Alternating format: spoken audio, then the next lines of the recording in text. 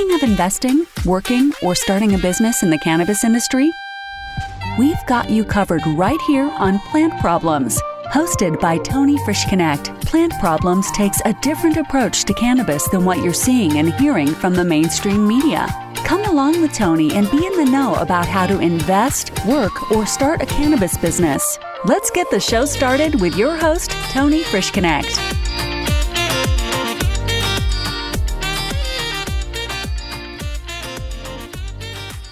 Hey everyone, and welcome back to another episode of Plant Problems. Thank you so much for joining me today. I'm excited today because, you know, when you're kind of in those situations where you're talking to somebody and you're just like, you know what, this guy is dealing with some issues and I think I can solve some problems for him. So I spent about an hour talking with a gentleman that is about to open his first retail store. He's got several other in plans right now that are happening. And we started getting off on a conversation that I think is extremely valuable for you guys that are starting a retail operation, also starting a wholesale operation. And I'm sure it's many of you out there. And also, if you're thinking about it, these are some great things that I think will bring you guys some value and some huge savings. The wholesale market is tricky. You know, everybody's getting into, I want to be in cannabis. I want to be in cannabis. Okay, let's get the ball rolling. Let's get our business going. Okay, now we're open. And now all of a sudden we start seeing all the problems happen and it's overwhelming. And a lot of the times you're reactionary. And I was the same way. Me and my business partners were the same way. We were reactionary on a lot of things. But one of the beauties of it is I've already dealt with a lot of this stuff. So I think bringing some of this info to you now is even more helpful. And it's funny, I forget about these types of things. So how many of you out there are launching the Retail and Grow? I'm, like I said before, probably dozens of you. Today I want to discuss quality of flower and how to buy and sell. It sounds easy, right? Okay, buy and sell. Well, supposedly there's a market price for this, and now we can discuss that and negotiate that. But the problem is, since it is such a new industry, there's going to be a lot of guessing that takes place. And what I found is creating these different systems, especially a purchasing and selling pricing system, is key to this. And I know you guys know this, and I'm not saying anything like that you don't understand this, but the depth of this goes a little bit differently when you're dealing with flower and you're dealing with a bunch of different growers. You're also dealing with a ton of different genetics. How do I figure out what the right price is for my product? Or if you're in the midst of negotiating some pricing with a long-term wholesaler, building a relationship there, you guys are going to be talking about this together. And, you know, a lot of the newer places that are coming online are going to start dealing with this, specifically Massachusetts. That's a big one that they're finally starting to get everything up and running. Their grows are starting to happen. Stores are starting to open up, but they're right in the midst of this point of, okay, we're going to go. Now let's buy our wholesale. Let's bring it in. Let's go. Well, there's some complications that happen right off the bat as when you're going to purchase and buy. What I want to bring to you guys is, you know, provide something that both the buyers and the sellers have a system foundation for pricing, right? And as you get to know these people a little better, you guys will build a better rapport.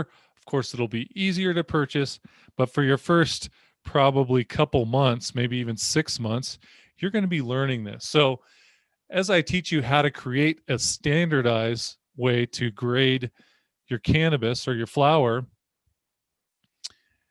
this is going to be kind of a moving object for a little bit until you get it dialed in. It'll take you a little bit. So the other thing this is going to do for you is going to help you eliminate arguments and confusion with your buyers and sellers. It's going to give you a good, solid foundation on why you're paying for this and what the cost is going to be. It also allows you to reject bad product. One of the number one things when you're starting a new grow is in most new places, you're going to be able to sell about just about anything you can if it's a new market, because all of a sudden there's supply, and there wasn't before. Of course, there's a black market, but to the legal side and the medical market, if you're in either one of those or a combination of both, once you add this in, then all of a sudden you're like, okay, cool. Now I have something I can talk to my seller about or my buyer about. So one of the first things I recommend is start simple. I recommend this on a lot of things, but you can get really detailed in this subject specifically, but just start really simple, because the person that you're going to be working with on the other side of the table, he's going to have his own ideas on what he thinks should be in this grading system. So keeping it simple, we used to grade flower or cannabis in your A, B, C grade. And then we also had a shake, which is generally the leftover, a lot of the little leaves, a lot of the little broken up buds. And so those are 4 different pricings that you can run with, okay? Now, I'm just going to set an example here for you for price ranges, just so you can get the idea.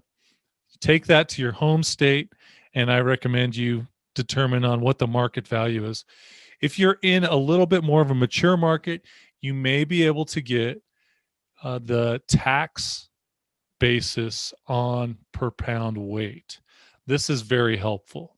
So because that's run through a state organization, this is what they think it's going to be. Of course, it's going to vary there because they're usually a little bit behind. So you always got to remember that, but it's a good idea to base it off something if you can. Because a lot of guys are going to go, well, I know this is going for $4,000 a pound. And you're like, yeah, that was 6 months ago, man. Prices have changed.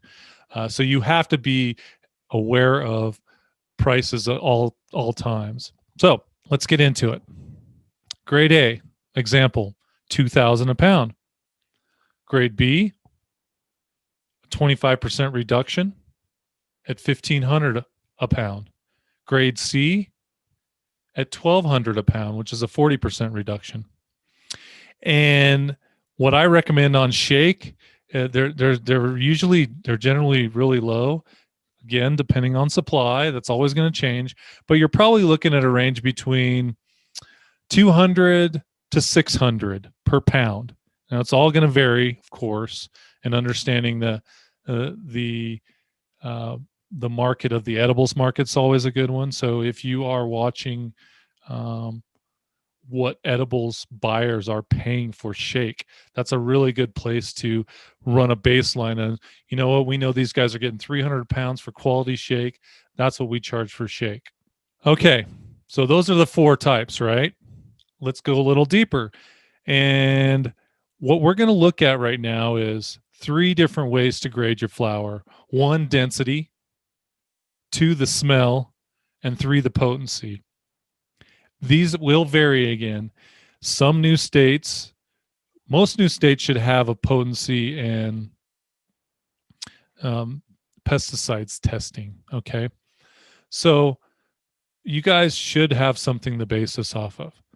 And I know a lot of the times when you're in retail, generally people, if they want to experience a really high, they go for high potency, and that's the sales, but not to everyone. You have to remember all the buyers are going to be different. I've been involved in cannabis for over 15, 20 years at this point. And now I don't even go off potency because that doesn't work for me. So remember that. But I think these are 3 really simple ones that you can talk about.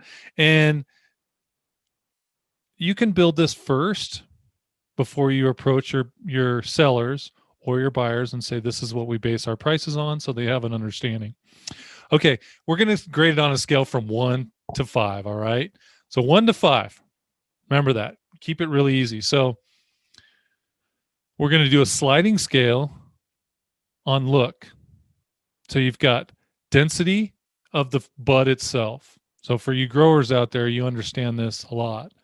And a dense, solid flower is going to create more weight. It's just going to be more product available to sell. And then, so from dense to the least dense, or what I like to call airy. So in between there, you've got 5 steps, right? So you got dense, a little less dense, kind of dense, not very dense, and completely airy. Those are the 5. Let's move to smell. So smell. So the most to least skunky is what I would recommend you guys look at out there when you're judging your flower. So of course, back again, skunky, a little skunky. Now it's okay. Now it's starting to smell like hay. Now it really smells like hay. And you guys are going to get to know this smell out there, because you're going to be like, that doesn't smell like cannabis at all. That smells like hay. A lot of that has to do with the curing process. So, and it's really easy to tell right off the bat, and you'll get better at this as you grow and you see more product as it comes through. You get better at understanding, okay, this is this. Potency, okay. That's a really easy one, especially if you have a state mandated testing process. So that's pretty simple. And the last one that you guys need to be aware of is the amount of humidity in the flower. So, and I'm going to say this because I just came across this as I was walking through this with you guys, but this would be your 4th one. I know we said it was 3, but it's actually 4. So you want to grade this on how well it's cured per drying, because some of these new guys are going to be delivering you product that is extremely damp. They're selling you water. You want to be very, very careful about this, because it could actually, most of you guys have some kind of safe or locked up area.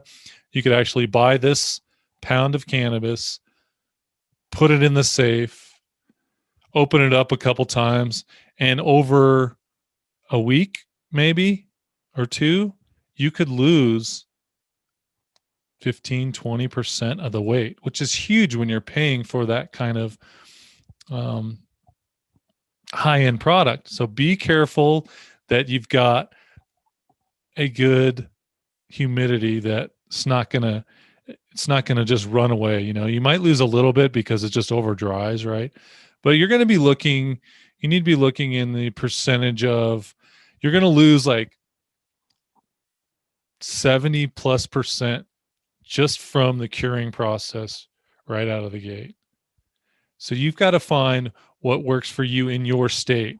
I don't want to give you a specific number because it's going to range, and people are going to be wanting a little bit more damp, or cured is what I like to call it. When they want to cure it more, they're going to reduce some of the humidity, and then it's sealing. So that's the 4th one. Just remember that, and you want to grade that on a scale from 1 to 5 as 2. So damp all the way to the least amount of damp, and that's your 1 to 5. So you want to go, what I would recommend is going least damp all the way to the most damp, and that'll give you your scale. This is a great way to start. So whatever you end up deciding, try one of these. If you don't like them, completely change them, take one of them. If this just gives you an idea on how to base this as you grow your business, that's really what I'm here to share with you. I just think that these are kind of the easiest way to start, and then you can develop a more refined scale for you and your your wholesale group. The good thing too with this is right away before you're buying your product, is that you share these ideas with the buyer that you're going to be buying either some or all of your product with. See if you can agree upon this. Because once you have that in place and he comes to your store when it's crazy busy and you've got customers out the door and you've got no product and all you have to do is like, I got to get something on the shelf. What this avoids is paying for A grade product when you've got C grade product. And then you're able to say that to the seller right at the door saying, God, man, I can't pay that price. I can pay you for C grade because this is what it falls into. If he's got that base, right, and you call him on that a couple times, he is going to bring you, according to what your grading scale is, the next couple times, you're going to train him to fit into what your grading scale is. So, again, whatever you decide to create is up to you, but this is a great way to start your wholesale in your store or your retail. It'll also help you base your retail prices when you're selling to the customer, because those are going to vary a little bit, but at least it gives you something steady. So, guys, I'm always open. If you guys have any questions about this, please reach out to me at plantproblem.com. You can ask me any questions there. And if you want to go a little deeper in on some of these grading scales or anything else, of course, reach out to me there. And if you guys are watching this on YouTube, please subscribe and hit the like button. I'd really appreciate it.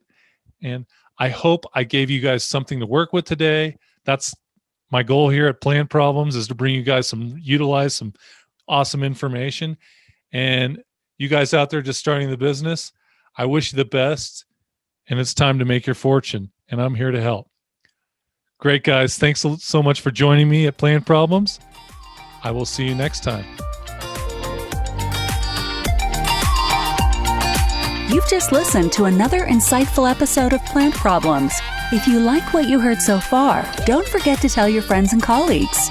For additional resources or to leave a review, head over to plantproblem.com. Join us again next week on Plant Problems with Tony Frischknecht. We look forward to having conversations with you as we go along this journey.